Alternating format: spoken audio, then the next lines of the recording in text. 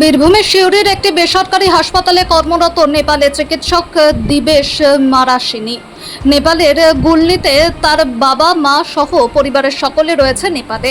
গতকাল দুপুরে রোগী দেখার সময় হঠাৎই দেখেন নেপালের বিপর্যয়ের খবর। তারপর থেকে মোবাইলে বারবার যোগাযোগ করার চেষ্টা করেছিলেন কিন্তু পারেননি।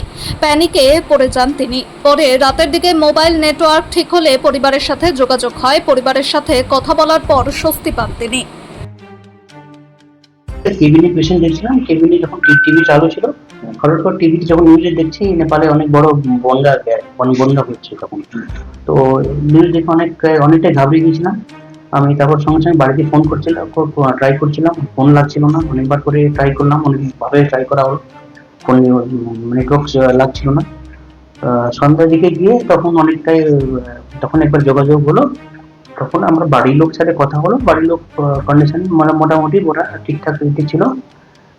যেটা খবর পেলাম, অনেক জায়গা ইনভলভ হয়েছে, অনেক আমাদের বাড়ি থেকে একটু দূর আছে, তো অনেক জায়গা দূরে হয়েছে।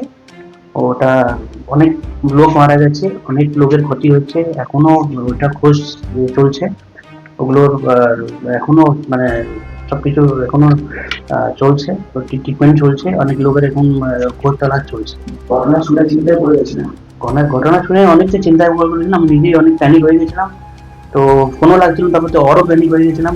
কন্টিনিউ ট্রাই করছিলাম, আমার একদমই কোনো ভালো লাগছিল না, একদম চিন্তায় ছিলাম। পরে গিয়ে যখন কথা হলো, তারপর থেকে একটু মেন্টালি একটু রিল্যাক্স ফিল করলাম।